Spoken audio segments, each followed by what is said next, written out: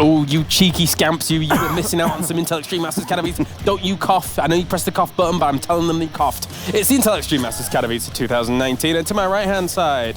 In fact, it's my left-hand side. So camera right. I've saved myself. You had two options. Camera right. It's okay. Maynard and Bigger here. The Aussie boys, the Aussie contingent. Gentlemen, we're going to be talking about Zest versus Stats in a few moments' time. However, there's other games that are going to be going on, and they're quite important, of course. You're going to be taking Creator versus Hero. That's right. Pug over here is going to be taking Patience versus Special. PugChamp, I'm excited for that special Patience match. It's going to be good, man. Absolutely, absolutely. So, Zest versus Stats. Guys, technically, the group has all come down to this because they have been rocking it so far. They're basically fighting for first place right now. Yeah, this is the big money. This also means that your next stage is a lot easier. If you're first place, you get to the next round, whereas the others have that extra series to play. Yeah. So not only is the extra bit of cash nice, one less series to play, an extra life in the tournament. A bit of cash, Maynard. That's $5,000. It's not bad. I mean, we are full-time StarCraft II, so $5,000 to us is like, you know, throwing a 20-cent piece at someone. I was going to say. Yeah. Speak for yourself. You know James. you know James with your 7-bedroom apartment in Krakow. Close. But, yeah. 6, sorry, my bad. Yeah, there you go, there you go. Stats is our first player coming into this. So far, so good. 8-1 in maps, Pig. Looking very, very strong, to say the least. He's only dropped that one map to Special so far, so no maps to Protoss just yet.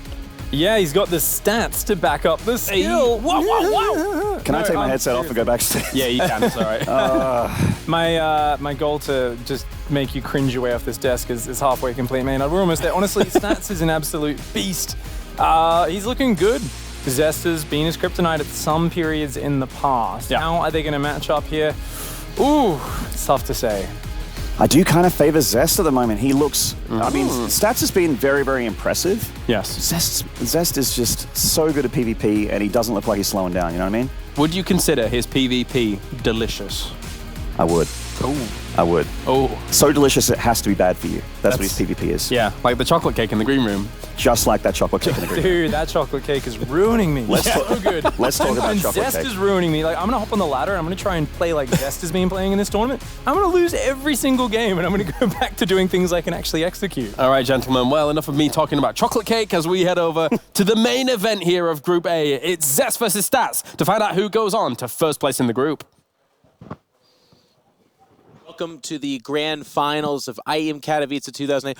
No, it's not the grand finals. It's actually just the round of 24, and it's just that good of a game. It's two amazing Protoss players going head-to-head to decide who's going to come out of this group in first. And that's a big deal, like they talked about. Making it out at the top means you're already pretty far into this tournament. Not bad. You'll get directly seeded into the quarterfinals, so that means top 8, not top 12. And some of those top 12 matchups, I mean, we don't even have to wait for the bracket. We can already say they're going to be sick and awesome and evil at the same time, because you will play an Innovation or a Rogue or a Serral down the road. Those guys will not necessarily always win their group. Only one of those 3 can actually win their group. Yeah. So this is a very, very big series. I love how James said it, the main event of Group A, and that's truly what it feels like as well. Coming into today, I really looked at these two to make it out, but, you know, they've passed every test so far very convincingly, so it doesn't get much better than this to have this as our icing on the cake of Group A. These two handsome gents gonna clash here. Should be great. They've both been unstoppable so far, just dropping a single map. Actually, I think Zest might have dropped 2. Big whoop, he's won all the series. But here we are. In the bottom left-hand side, it's the blue Protoss from Team Splice, Stats.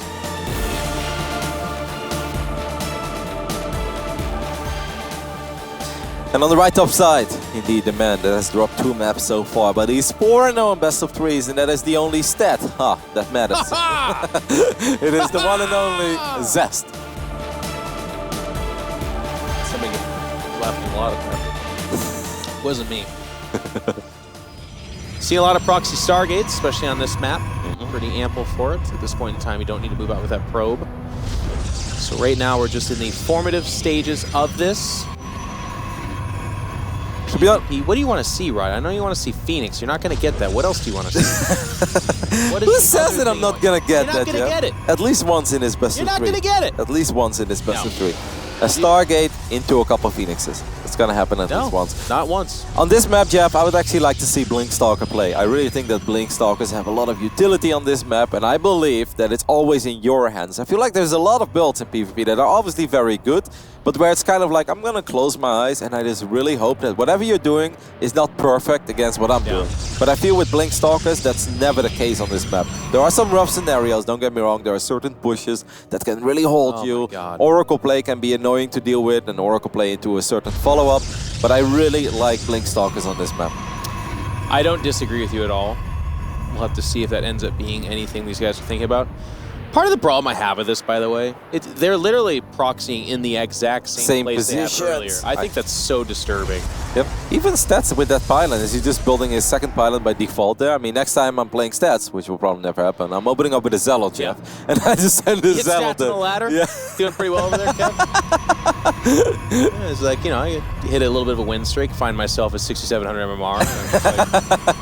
And it's Stats, what do you know? Minor upswing, it happens. Yeah. You know, it's actually, we were talking about this, guys, and before this action really kicks in, is that the next week is technically a horrible week to play some European ladder, because all these good guys have been laddering for the last 9 days versus Maru and stuff. So all of the guys that are normally at like 6-4, say 6-5, they all lose like 200 MMR in a week, but then all the accounts that were this high, they all start dropping away. So yeah, you start playing guys that are supposed to be a little higher than what they actually are, and you're losing the full jackpot against them. So good luck, have fun, happy laddering next week, guys. I like what you're saying though, Kev, because you're literally talking to about 12 people that are like, that MMR that we drop down into is literally like 12 to 20 people. No, but I think it triggers down a little bit, right? Like technically it's always a system, because everyone takes from the guys below them. I'll give it to you.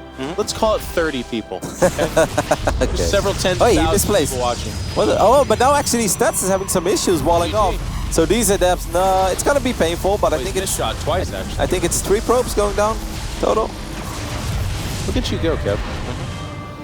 I mean, that was well handled by Stats, given the circumstances. That could have been a lot uglier, but 3 is, I mean, for 2 adepts, it's not like 2 adepts are free, right? So no, first shot was missed. Does that pylon spot that Oracle over there? Yeah, hello. Whoops, you didn't see anything.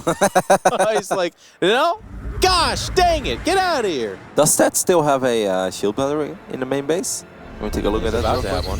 Alright, so he does have one, but obviously 2 Oracles don't care much for a single shield battery. If he comes in from the south side, I'd really love to see him actually go for that mineral line, but go via the south side. Ignore the units on the north, and if you're above those assimilators, it's actually kind of annoying for sentries and stalkers to like make their way around that nexus and defend. But Zest wants to play it safe, and he doesn't want to end up losing one of his Oracles, which obviously is a very acceptable play as well.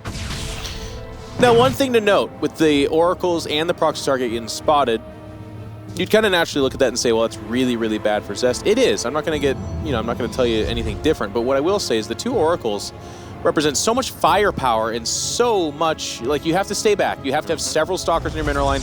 If and when you move out, it's got to be crazy later. If you move any time before that, it's not like 1 or 2 stalkers shuts this down. They will obliterate a mineral line. So with that knowledge, yes, Zest is behind right now in every way. Army, workers, all of that. He's going to have time to get back up there. He can focus on that. Yep, and he hit it a very gnarly timing earlier in one of the PvPs. We called the tail end of it. But for now, let's focus on these Oracles as he gets 3 kills, but he does take quite a bit of damage. I really feel that he could have achieved that, exactly, but even better earlier. At the same time, Stats is going to try to make some magic happen with 2 adepts, and there isn't that much in the main base of Zest, so Jeff, I'm going to go with 4. You know, and these adepts were spotted earlier, actually, which is, it's kind of tragic that they're getting any damage at all. He F2'd them. He F2'd, and it's going to cost him 1 Oracle and the most of another one. So yes, it is a 3 probe loss, which it could have been worse. But man, the Oracles losing that way is actually pretty bad. So now the 1 Oracle becomes a spotter. It's no longer a threat to those mineral lines, and Stats knows that. Now the weird thing here too is Zest could make another Oracle, and I know this isn't going to seem right to you, but you, the viewer, that is, but like that 3rd, 4th Oracle, they're so expensive. They come at a time when you want to be making immortals, you want to be getting your own blink, or in this case, glaives. It gets spotted, by the way. Yep, this is a massive scout by Stats. I wasn't sure if he actually saw the Twilight with the adepts. They were very close, but now I think he knows everything that he needs to know already. Even though it is a little bit weird when you scout the natural and you see sentries being warped in and there is an immortal, you see that many gates. I think you I would read this as charge at least. Like, I don't know if Stats has some superhuman powers, but I would normally say, I think this is charge because how many adepts can you truly make if you're also making sentries? Yeah. But Stats, oh my god, it's dead. Yeah, he's just doing the same thing, but he has way more than Zest in every possible way. Yeah. The weird thing here too is if this attack hits before glaive finishes, that's a big problem. Because if you're just doing the same thing, but just a lot, that glaive upgrade's massive. It's night and day. That being said, though, it's a pretty quick upgrade. He's not chrono boosting it though. No, I don't think he's making its way across the map. I mean, this timing is one of the anti-timings, guys. I'm telling you right now. If he hits with his own adepts and they have the glaive upgrade versus non-glaive. There are a couple shield batteries on the way, though. Shield batteries are massive in these scenarios. It is important that Stats gets all of his units in a good position, though. Don't forget about the power of his force fields, but Zest could technically drop his immortals across these force fields as well. Stats, time to start chrono boosting that upgrade, buddy. My god, the upgrade is so close. No, and he could have killed the Oracle there, but he doesn't. So now instead a couple of the probes get stasis as well. I think Zest is going to go for it. He knows he's on the clock. And here we go. The fight's going to happen here. The shield batteries are finishing up, but the army's kind of away from it. The glaive upgrade's still not in there for Stats. This is such an anti-timing. He has a little bit of a supply advantage right now. Good Warp Prism micro on that Immortal. But actually the Concave and now the shield batteries coming in line here might be enough. Stats edging it out in supply. His adepts kicking into high gear. Yep. It's going to be a good defense here. Yep, it is more than good enough in the end. Gets the Oracle there as well. There were even still a couple of units in the main base of Stats helping out from the high ground. They were obviously very safe. At this point, the only thing that Zest can really do is warp in more adepts, but that's not going to make the difference. When your opponent is doing the same thing, but with a better economy. GG, Stats wins his 9th, yes guys, 9th game in a row so far, the Intel Extreme Masters. Yep, just dropping that first game against Special. And since then, it's been nothing but win screen. Looking very good. Both players very calm, I will say that. A little bit of a criticism against Zest, though. I feel like he is kind of predictable. I mean, he's been very amazing, obviously, so it's like very much so a little criticism. But he kind of, I don't know, when's the last time you saw like a mega late game Zest? Like, isn't it really just like, harass? Did it work? No. I'm still doing my timing attack. That just seems to be what he does, right? Like, if it does work, you're super dead. If it doesn't work, you still have to execute at a very high level because he's just so good about that attack, but that's kind of his 1-2 punch. Yep, especially I think losing that second Oracle was the biggest mistake in this game. Otherwise, there's a good chance that he forces Stats to keep more units in his main base, and if he then hits with a big attack into the natural, then if there are no units in the main base, the Oracles are going to kill all the probes. If there are units in the main base, that means that Stats' defensive army is a little bit smaller. But that was a massive mistake, guys, and on this level, obviously, if you play against Stats, you cannot afford unnecessary errors like that, and I think that really costed him.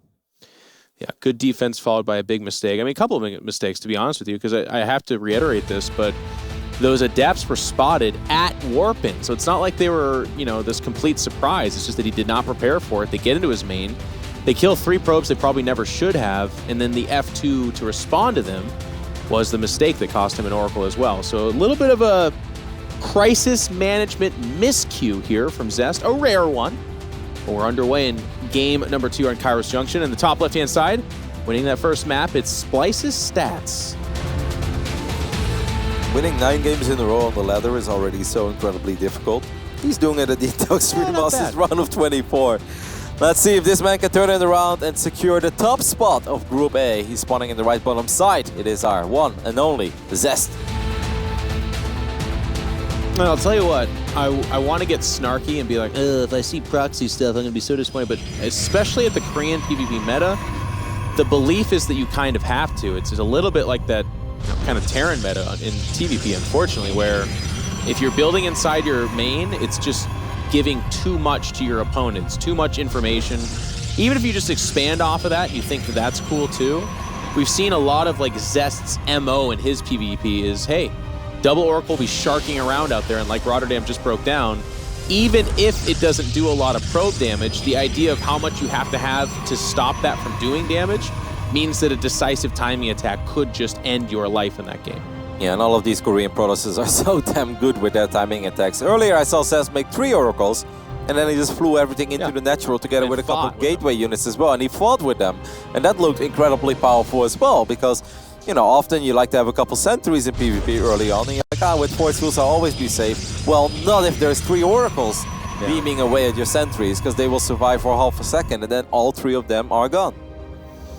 Yeah, exactly right. Well, there it is. Those pylons, little perusal around their area while you're doing it.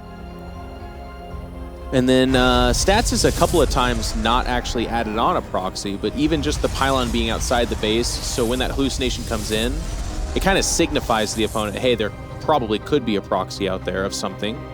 In this case, stats will circle around back and do something. I think it looks like probably double Stargate. Double? Well, both of them doing Stargate. I mean, I was like, damn, double Star. I mean, that'd be quite the prediction, right? every now and then, in you know, there are people who actually like it in Phoenix against Phoenix. They're like, I think you're going to build Phoenix, so I'm going to open up with 2 Stargates. Yeah. And always like, you can't even support that, so it's not even good. For like half a second, you're going to have a few Phoenix more, but it's going to be a Twilight Council once again on the north side of the map. And Zest, once again, making those later adepts. I really love how PvP went full circle. Yeah. We used to start off with 2 adepts, but these days everyone's like, well, the first 2 adepts, they really can't get much done.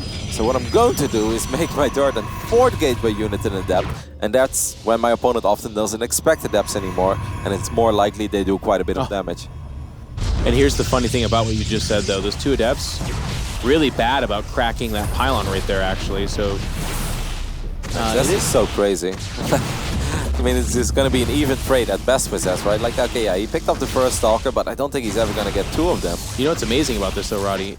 That energy for that force field, which does not get the 2nd Stalker, means that he's not scouting in there. But we did kind of miss this probe on the bottom right-hand side. They did scout Zest's base. And I mean, this pylon is a massive scout as well, right? Yeah, it did. spots 2 adepts attacking you, so it's going to be a robo for Zest. Maybe some 3-gate robo aggression? Yeah. Even though it's a little bit late for that. I saw Hero early this tournament. He did it against, what's the name of that Croatian Protoss again, Jeff? Which one? Yeah, my boy Goblin. There he is. Which was in game 3, and it was actually kind of a funny build because he made a robo. I was like, ah, he's going for 3-gate robo, War Prism aggression, right? No, he made a sentry and made an immortal. I'm like, what is this? Why is he not expanding? Yeah. Then he just made the latest 5.5, almost 6-minute 1-base push, but he did such a phenomenal job in keeping Goblin in the dark that is perhaps still an option as well. Then here's become a little bit of a stock standard too, the kind of late warp-in adepts. If they get into the base, they can just kind of end it. 4 or 5 probes dying at any time is devastating. Even here, Gets the sentry. getting the sentry's fine. And I believe this, yeah, the adept will die. So not the greatest, of course, but still, spotting that is not bad at all. This hallucination getting close to that proxy tech. Not gonna, it would be really weird if it went up there and saw it though. Now Zest did obviously expand right after I finished my sentence, or almost in the middle of my sentence, but he's building Immortals already. Stats is building Blink Stalkers. This is obviously a circle that we went over 1,000,000 times already in PvP. Blink Stalkers are fantastic in everything other than perhaps a straight up fight, especially... Oh, God. Yeah, he spots it. Ugh, that's massive. He did spot it. You could technically see the lights go up as well. I don't know if he caught that, but...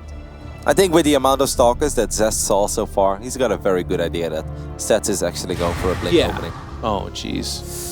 How does this keep happening? This is like, again, 5,200 on any ladder. You cannot get your adepts in a PvP.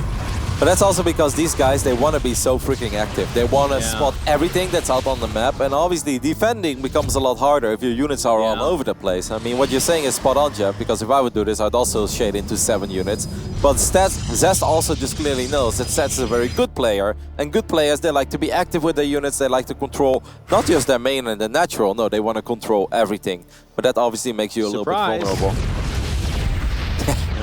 Can't go up there. It does get the shield on that, but by not following up, the cooldown should probably kick in here. Look how quick that War Prism is. I really think that Zest is going to try to attack. He knows that if they get a straight-up engagement right now, that his army is so much stronger. These Stalkers stand absolutely no chance against the Immortals of Zest. Stats needs to buy some time, man. I'm not exactly sure how he's going to do it.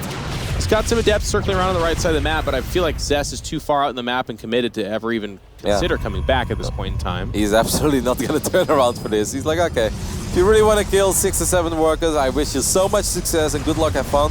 You're still going to fight my Immortals on the other side of the map. It's important that Stats is paying attention. Wow. Zest is just going to dive on top as the shield battery is just queued up, but it's not fast enough. The Warp Prism kind of acts as its own blink, ferrying back the units. They're on top of the Stalkers. They're not supported by anything. Probes now getting pulled, but again, those Immortals, so powerful. He's going to go after the Warp Prism, but he just doesn't have the reach for it, and that means he's getting shot at by these Immortals. Yeah, there are still a couple Stalkers alive, though. I don't know how these Stalkers are still alive, and he blinks forward. He gets the Warp Prism jab. Now, the Immortals were on the ground, but both of them went down. Stats lost 17 workers. That is very, very painful, but he didn't die, and I actually thought he was going to die. He did not die-ish, Kevin. He's been stabbed, shot, and thrown into a river. But he's now swam to shore and is like, you haven't killed me yet, matey. It would have been so sick if Stats was actually able to get, instead of only 2 or 3 pros with those 2 adapts, if he was able to get 7 or 8. Because then I wouldn't hate his position that much. And I guess Zest did make it very safe for himself by building that shield battery, so he wasn't able to transfer workers to his natural. It's bad for Stats, very, very bad, yeah. but still impressive that he didn't die.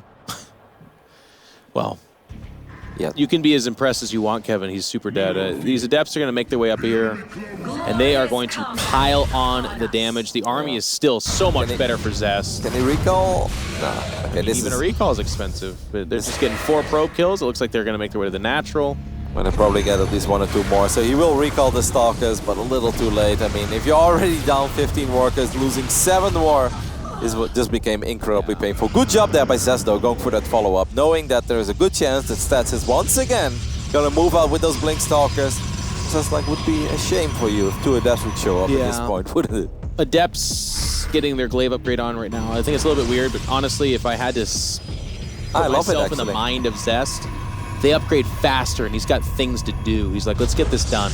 No, I think it's super smart because they're really sick. Upgrades are fine, Kevin. Let's not overanalyze this. Charge, blink, aura, this is fine. That's true. But I think he also looks at it, he's like, you know, I'm going to build a few more Immortals. My Immortals will always take care of your Stalkers, but Zealots with charge can be scary, can be annoying to deal with.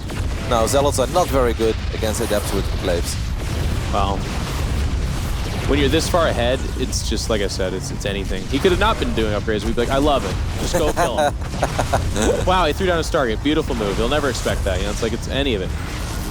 But seriously, these Adepts getting in, by the way. It's like 100% on both sides.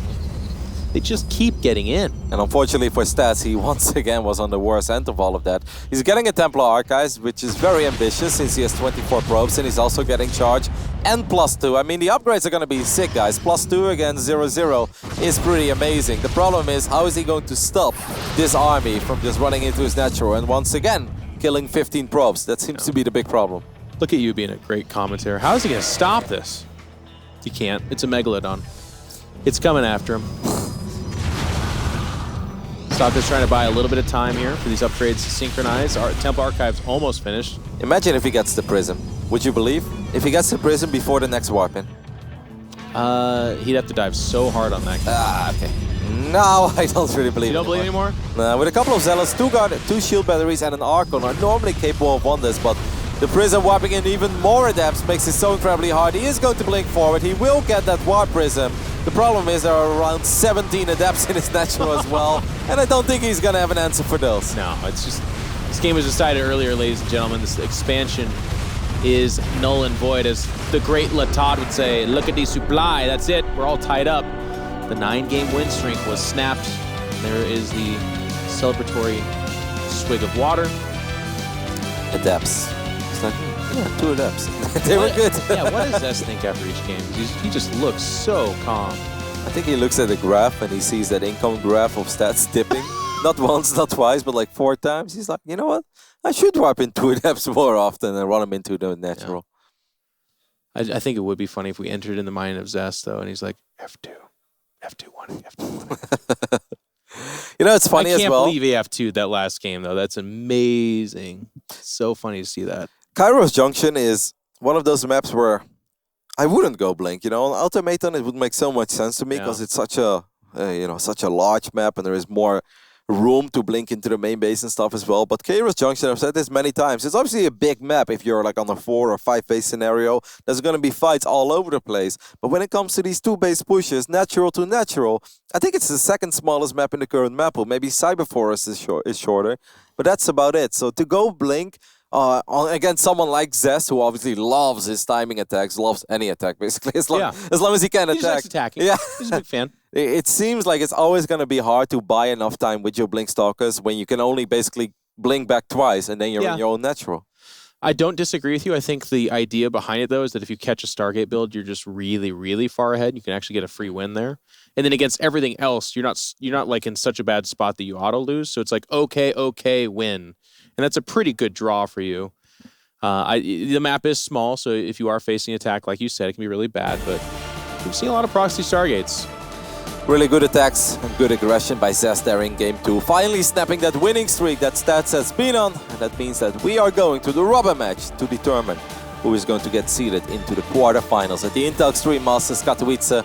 Is it going to be this man, spawning in the left top side of year 0? I might get my Phoenixes after all, Jeff. This is the map for it. On the left top side, representing Splice, it is Stats. The top right-hand side. Zest. Here's why you won't, Kevin.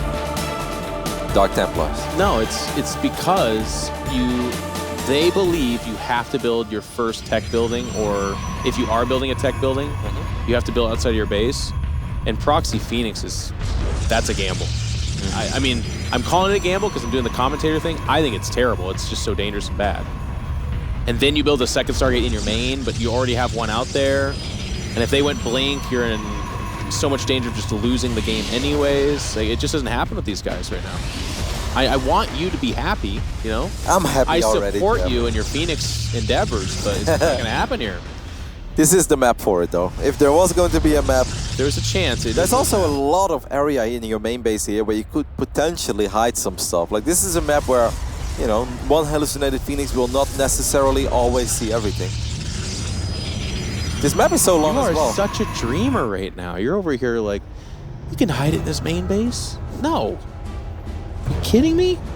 If they fly, the meta is you build a Stalker and a Sentry off the gateway, then probably 2 Adepts. I love these pylons, by the way. They're like exactly in line with each other. Sees everything. But yeah, no, it's... Where's the other one?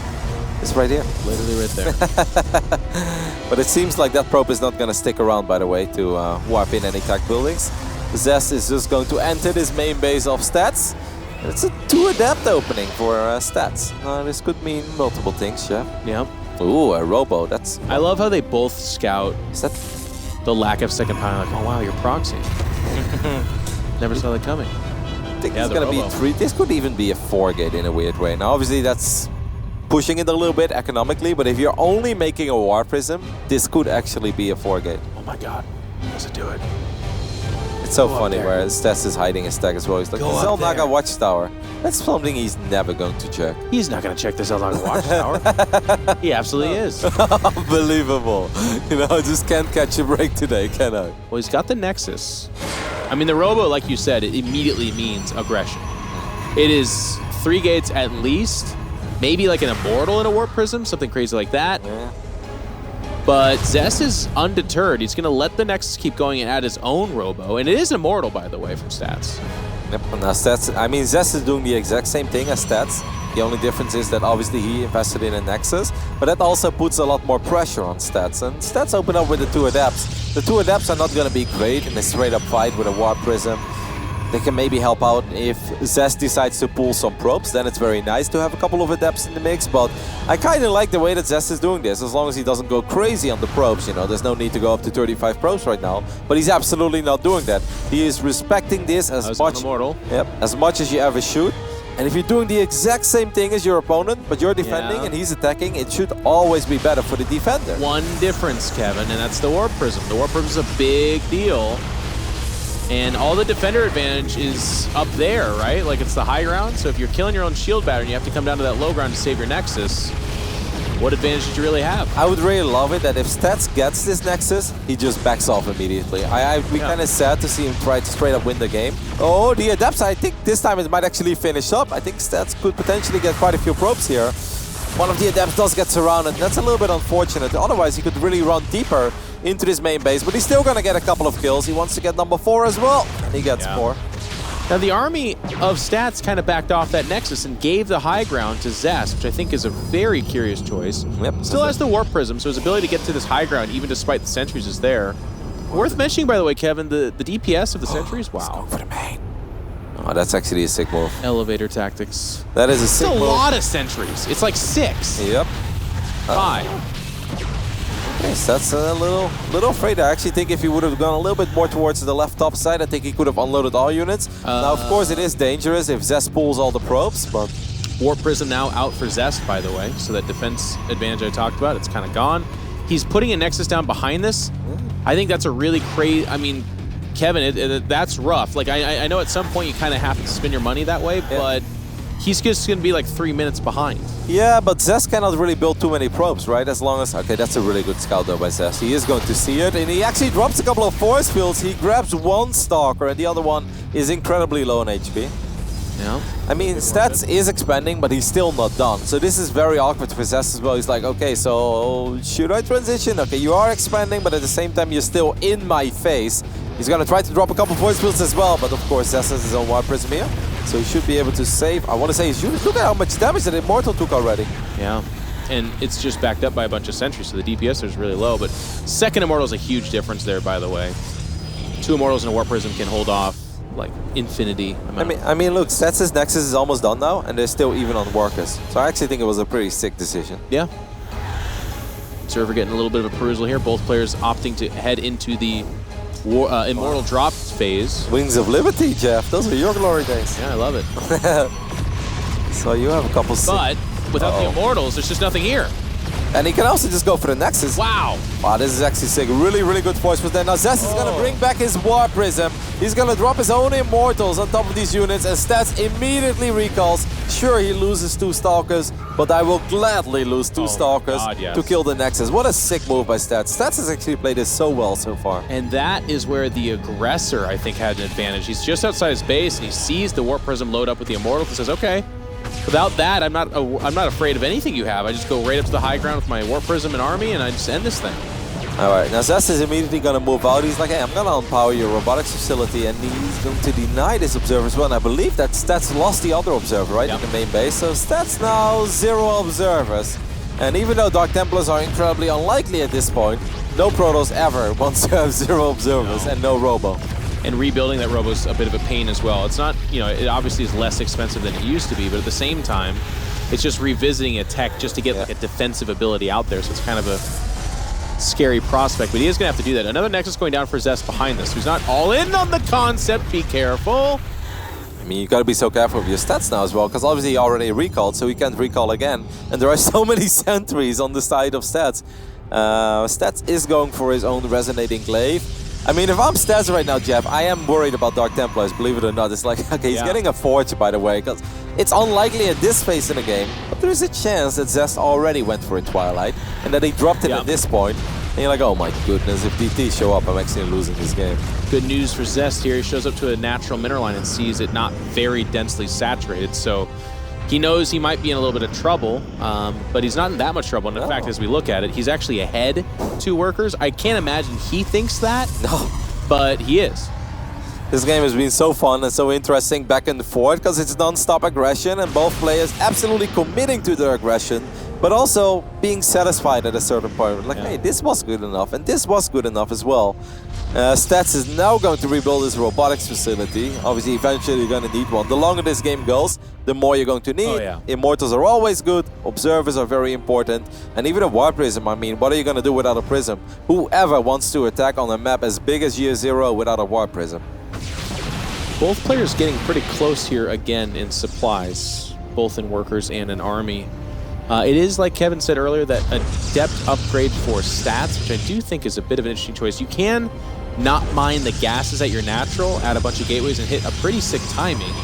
But it's just putting so much on the line off of a weird back and forth, like you said, right? Like, I can't imagine either player knows that they're either ahead or behind, and we know that they're very close, but they can't know. My one reasoning, perhaps, for this is that Stats knows that Zest is still very heavy on the sentries. And if you know your opponent still has 5 or 6 sentries, would you rather have Zealots or Adepts? I would rather have Adepts. Yeah, but I like Zealot Archon so much more. Might be a stylistic thing a little bit, but Yeah, I think the longer the game goes, Jeff, the more spot on you are. But I think adepts have that 1 or 2 ways, right, where they're actually super good, and they're also really good against Zealots, because oh my god! Those do quite a bit of damage. That's a very, very dangerous game that our boy Zest is playing. He's gonna recall this Prism as well. I mean, Zest is doing what you said you love, and I'm absolutely with you. I mean, 1 or 2 Archons are fantastic against Adepts. Yeah. Look at Zest, by the way. He's getting 5 cannons. He's like, you know what? You won't make Adepts? Adepts are not very good against buildings, are they? No, they're not. And this scout right here puts Stats in such a weird spot. If I'm Stats, I'm not committing. Come on. No, you can't. No. But we've said this before, Kevin. Sometimes these guys get really tunnel visioned, and it's what got them here. That we call it like commitment, you know. But at the same time, to go up there, no way. His army is big, obviously. I mean, he's up 30 supply, but he's gonna have to elevate his units above these over these force fields as well. He's gonna do it. It's just Adepts. Now drop these Immortals. That's exactly what Stats does. The Immortal in the front dies almost immediately. Archon in the front taking a lot of damage as well. There's not actually a lot of shield batteries. It's just the photon cannons. The supply heavily in favor of Stats. He's up almost double army supply. Guess what, commentators? He's the guy that's going to win the group. You're the guys talking about it. What's your face? Why are there 5-6 Stalkers trapped in the main base? Great question, Roddy. Doesn't matter. The game's over. All right. Stats is raffle stomping his way up a 5-cannon ramp. Oh my and goodness. Zest is going to tap out. I guess he needed 10 cannons. Yes, he's like, never again will I underestimate a push, you know. These underreactions is really what's holding me back from it. It is. You know, it's like, oh, okay, he's going for depths. 5 cannons. Should have been 5 cannons and 15 shield batteries, and it would have helped. Stats is giving him a hand. And, well, that means that Stats, the finalist of the Intel Extreme Masters Katowice 2017, is going to make it into the quarterfinals. And Zest still had an awesome performance in this group, of course. Takes us very convincing 2nd place in this group. But that does mean that he's going to have to play the round of 12 against a 3rd place finisher of either Group B, C, or D. Well, to clarify, Kevin, I mean, you said he makes it. Let's be clear. He dominated this group. He did a great job. Yeah. He won every game he played. Dropped a couple maps, but otherwise was winning very, very convincingly. Stats, one of those guys we talk about being the best Protoss players in the world. Well, he looked like it, so that's pretty cool to see. Zest is going to be in that top 3, and like Roddy said, he's going to have to face another ugly match, but that's fine. He's been attacking people to death and sometimes attacking himself to death here in that Group A. That last game was perhaps the most entertaining PvP I saw all day long, because it was just so back and forth. Both players casually dropping Nexus left and right. One is a little bit later, some rebuilds, and I mean, Zest was investing in that late game, and Stats said, I'm not gonna let you get to that late game. He's like, well, but I've got 5 cannons. That doesn't matter. It was so weird, man. I wonder if the 5 or 6 Stalkers would have made a difference. I mean, Stalkers are not great, but they can soak up quite a few shots, right? And anything that soaks up shots, if you have 5 cannons, that is going to help a little bit. But I love the way that Stats did it, pick up the Immortals immediately, realizing that he's going to need the Immortals on the other side of the force fields, and he's like, the rest will come, you know. But for now, let's get all of my in-depths in there, and at least got my 2 Immortals in there as well. I feel like a big deal there, too, was Zest had 2 Immortals that went down almost immediately, and he only had the 1 Archon, which is great against Adepts, but it, too, was at the front line, so it was taking the full concave of damage and died well in advance of what it needed to do in return, basically. So all he needed was a couple shield batteries there as well, Jeff. I mean, 5 cannons is good, guys, but 1 or 2 shield batteries in the mix, you know, an Archon and a shield battery against a bunch of Adepts is indeed the dream. Anyway, we're going to head over to a very small break, and after that, we'll be back one more time to hear from the man who just won Group A, Stats and Sue.